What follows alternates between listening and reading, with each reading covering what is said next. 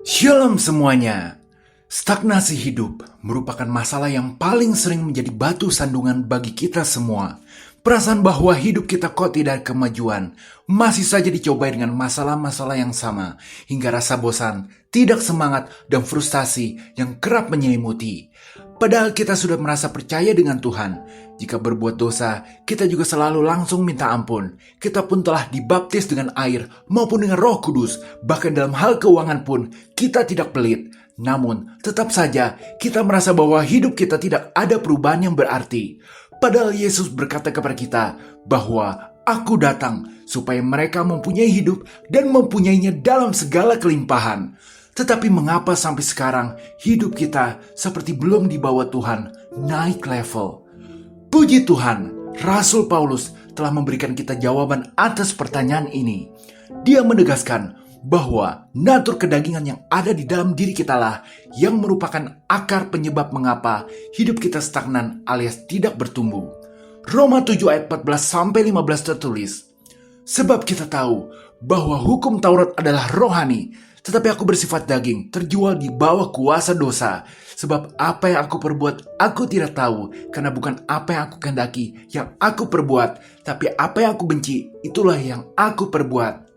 Natur kedagingan adalah ungkapan yang menjelaskan bahwa kita sebagai manusia itu memiliki kecenderungan untuk berbuat dosa atau rasa tertarik yang alamiah kepada dosa. Sebagai contoh, Galatia 5:19 mengatakan, "Perbuatan daging telah nyata, yaitu percabulan, kecemaran, hawa nafsu." Jika kita mau jujur melihat, sudah banyak orang yang jatuh dalam percabulan, kecemaran, maupun hawa nafsu karena mereka memang menyukai hal tersebut. Ini semua gara-gara natur manusia yang suci telah tercemar oleh kedagingan akibat kutukan dosa Adam dan Hawa yang menurun terus sampai kepada kita semua. Seperti yang dikatakan Mazmur 51 ayat 7. "Sesungguhnya dalam kesalahan aku diperanakan, dalam dosa aku dikandung ibuku." Dan celakanya, iblis memanfaatkan betul natur kedagingan ini untuk menjerumuskan manusia ke dalam dosa, sehingga iblis sepanjang waktu akan terus menggoda kita melalui kedagingan ini agar kita mau melakukan perbuatan daging yang menyenangkan sesaat namun membinasakan di ujungnya. Sekali lagi, ingat selalu perkataan Yesus dalam Yohanes 10 ayat 10.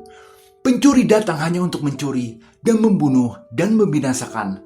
Aku datang supaya mereka mempunyai hidup dan mempunyainya dalam segala kelimpahan." Jadi prinsipnya, Tuhan tidak mau kita binasa.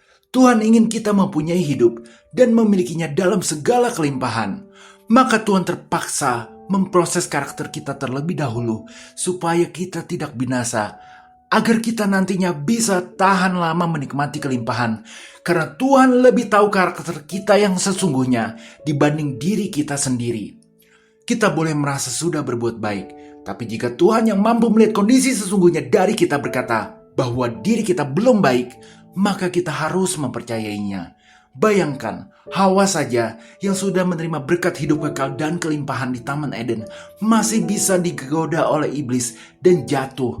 Terlebih lagi, kita yang bisa mati, yang bisa mengalami kekurangan, tentu akan jauh lebih rentan terkena bujuk rayu iblis yang membinasakan. Maka, sebuah kenyataan pahit meski kita terima, yakni stagnasi hidup yang kita alami merupakan bagian dari proses untuk menjadikan karakter kita menjadi lebih tangguh daripada Adam dan Hawa, yaitu agar karakter kita bisa menjadi serupa dengan karakter Yesus.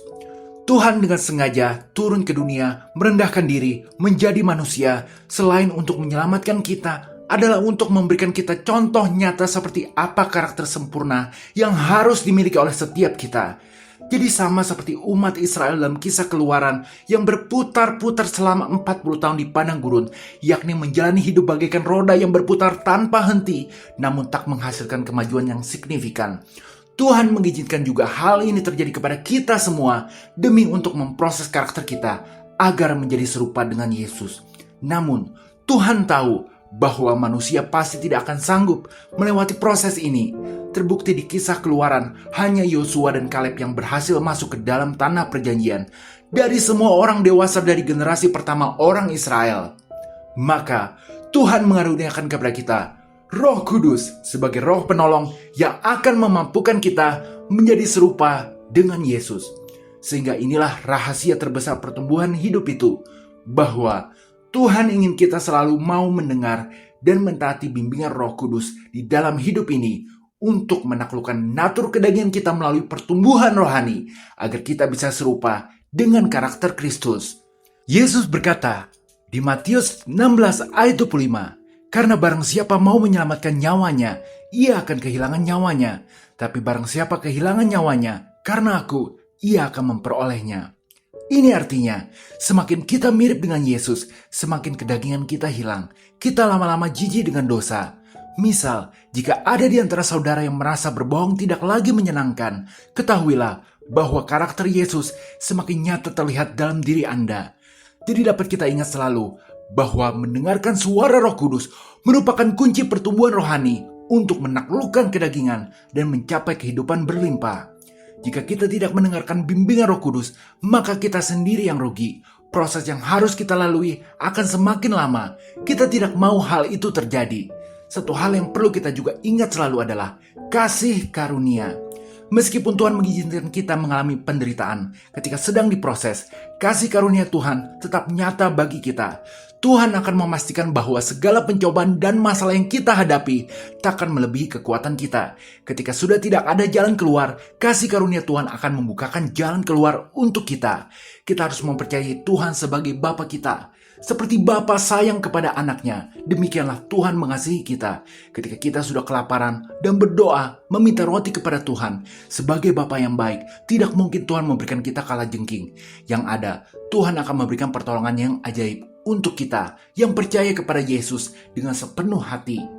Meskipun pertolongannya hanya cukup memenuhi kebutuhan kita saja, karena memang pada dasarnya kita sedang diproses. Ini berbicara soal pemeliharaan Tuhan di tengah proses.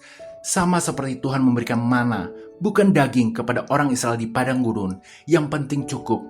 Jadi, agar kita bisa menikmati susu dan madu di tanah perjanjian, agar kita bisa naik level hidupnya, yaitu menjadi alat dahsyatnya Tuhan dengan segala kelimpahan yang mengikuti, maka sekarang kita harus terus fokus pada pertumbuhan rohani saat kita sedang diproses. Itu yang Tuhan mau. Oleh karena itu, Alkitab telah memberikan kita 3 tahap perkembangan rohani agar kita bisa melihat bagaimana progres karakter kita bertumbuh. Tahap pertama, bayi rohani. 1 Korintus 3 ayat 1-3 tertulis, "Dan aku, saudara-saudara, pada waktu itu tidak dapat berbicara dengan kamu seperti dengan manusia rohani, tetapi hanya dengan manusia duniawi yang belum dewasa dalam Kristus. Susulah yang kuberikan kepadamu, bukanlah makanan keras, sebab kamu belum dapat menerimanya. Dan sekarang pun kamu belum dapat menerimanya, karena kamu masih manusia duniawi. Sebab jika di antara kamu ada iri hati dan perselisihan, bukankah hal itu menunjukkan bahwa kamu manusia duniawi dan bahwa kamu hidup secara manusiawi?" Tepat ketika kita dijamah oleh Roh Kudus dan menerima Yesus sebagai Tuhan dan Juru Selamat, kita akan memasuki tahap awal dari pertumbuhan rohani, yaitu tahap bayi rohani. Mirip dengan bayi manusia yang membutuhkan makanan, pemeliharaan, dan bimbingan untuk tumbuh dan berkembang, bayi rohani juga membutuhkan makanan rohani, pengasuhan, dan pembinaan untuk bertumbuh ke tahap selanjutnya. Seperti yang kita alami dulu ketika masih bayi rohani. Bayi rohani mungkin belum memiliki pemahaman yang mendalam tentang Alkitab, karena memang baru lahir, mudah terpengaruh juga oleh orang lain. Bayi rohani mungkin lebih fokus pada perasaan dan emosi mereka daripada pada firman Tuhan, dan mereka mungkin mudah goyah imannya ketika menghadapi kesulitan. Maka iri hati adalah hal yang paling sering ditemukan dalam bayi rohani. Jika Anda sudah jarang merasakan iri hati, berarti Anda sudah bukan bayi rohani lagi. Tahap kedua, remaja rohani. 1 Yohanes 2 ayat 12 tertulis, "Aku menulis kepada kamu, hai anak-anak, sebab dosamu telah diampuni oleh karena namanya." Remaja rohani adalah tahap selanjutnya. Sebagaimana remaja pada umumnya, adalah masa di mana ego diri sendiri lebih mendominasi, menganggap diri adalah yang paling benar. Meskipun kita sebagai orang tua melihat mereka berkelakuan tidak baik, tetapi ketika kita ingin menasehati, mereka yang marah. Demikian juga orang yang masih remaja rohani. Mereka sudah tahu Alkitab, tetapi menganggap diri mereka yang paling betul. Ketika dikritik, mereka akan marah. meskipun mereka suka mengkritik. Sebagaimana remaja adalah masa paling rentan dan mudah terjerumus ke dalam kejahatan, di mana kita sering melihat anak muda jatuh ke dalam narkoba atau hal jahat lainnya. Demikian juga remaja rohani sangat rentan jatuh ke dalam dosa yang serius, misal perzinahan, karena mereka belum sepenuhnya menaklukkan egonya di hadapan Tuhan. Ego merupakan keakuan diri, menganggap diri lebih baik dibanding orang. Inilah bentuk kesombongan. Berbicara soal kesombongan adalah dosa yang sangat dibenci Tuhan. Seperti iblis malaikat yang jatuh akibat kesombongan, Tuhan sangat serius memperhatikan apakah masih ada kesombongan di dalam hati kita. Karena kesombongan susah dilihat oleh diri sendiri, mesti orang lain yang melihatnya. Bahkan orang lain pun bisa gagal melihat karena ada yang dinamakan pura-pura rendah hati. Maka Yesus seringkali mengajarkan para murid agar rendah hati, miskin di hadapan Tuhan, harus jadi pelayan kepada sesama, dipukul pipi kiri, balas pipi kanan, semuanya untuk mengajarkan kerendahan hati kepada kita. Dan yang paling terbesar adalah Yesus yang suci rela mati demi kita, padahal Dia adalah Tuhan. Sebelum segala sesuatu diciptakan, Dia telah ada. Kita mau proses padang gurun ini cepat berakhir, maka satu-satunya cara adalah mendengar bimbingan Roh Kudus agar kita bisa menaklukkan ego dalam diri kita. Kita bisa menyadari sedikit apakah kita masih sombong atau tidak dengan cara melihat apakah kita masih suka gosip. Ini benar-benar mesti kita perhatikan, karena jika kita masih suka omongin orang di belakang, meskipun dengan orang yang kita percaya seperti teman, saudara, atau orang tua, itu tandanya kita masih ada kesombongan. Dan kalau Anda suka ada perasaan tidak enak setelahnya, itu tandanya ada Roh Kudus yang sedang menegur. Kita harus terus mendengar hingga rohani kita masuk ke tahap ketiga, dewasa rohani. Efesus 4 ayat 13 tertulis, sampai kita semua telah mencapai kesatuan iman dan pengetahuan yang benar tentang anak Allah, kedewasaan penuh dan tingkat pertumbuhan yang sesuai dengan kepenuhan Kristus. Menjadi sama seperti Yesus merupakan proses yang panjang dan lambat, dijalani seumur hidup pula. Akan tetapi, kita bisa menjadi dewasa rohani terlebih dahulu, di mana ini tahap mendekati seperti Yesus. Ketika kita telah menaklukkan ego kita kepada Tuhan, hidup kita sekarang itu berserah kepada Tuhan.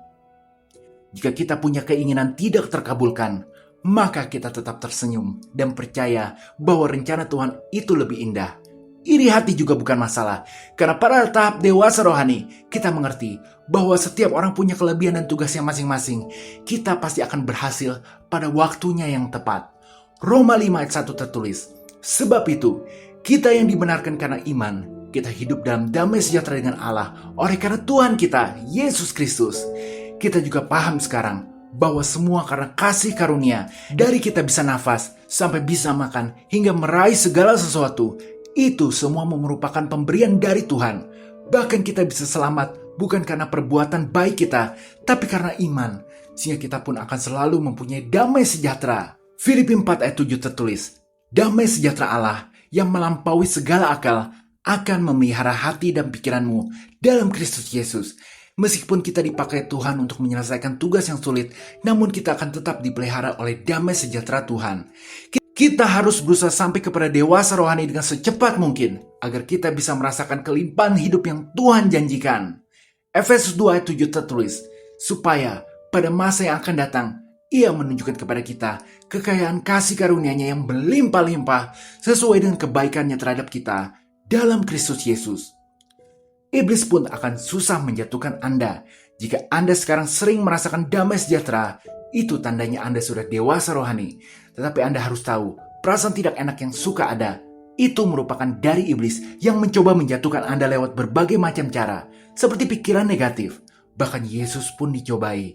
Jika Anda merasa kok punya ya pikiran jahat seperti itu, ketahuilah, itu bisikan setan. Anda jangan merasa bersalah. Yang kita harus dengar adalah suara Roh Kudus yang akan menuntun dan membimbing kita sampai kita dijemput Bapa ke surga. Sekarang bagaimana cara Roh Kudus berkomunikasi kepada kita guna untuk menegur, mengingatkan, menuntun, dan menghibur kita? Yang pertama, melalui Alkitab. Maka kita harus sering buka Alkitab, karena isi Alkitab semuanya merupakan perkataan dari Roh Kudus. Yang kedua, melalui suara di pikiran kita, kita harus membedakan mana suara Tuhan dan mana suara Roh Kudus. Kisah Para Rasul 15 ayat 28. Sebab adalah keputusan Roh Kudus dan keputusan kami, supaya kepada kamu jangan ditanggungkan lebih banyak beban daripada yang perlu ini. Ketika Anda mendengar suara Roh Kudus, maka jadikanlah itu keputusan Anda. Yang ketiga, melalui pendengaran langsung. Kisah Para Rasul 10 ayat 19. Dan ketika Petrus sedang berpikir tentang penglihatan itu, berkatalah Roh, ada 3 orang mencari engkau. Sama seperti Petrus, ketika Anda sedang memikirkan sesuatu, Roh Kudus bisa bersuara kepada Anda.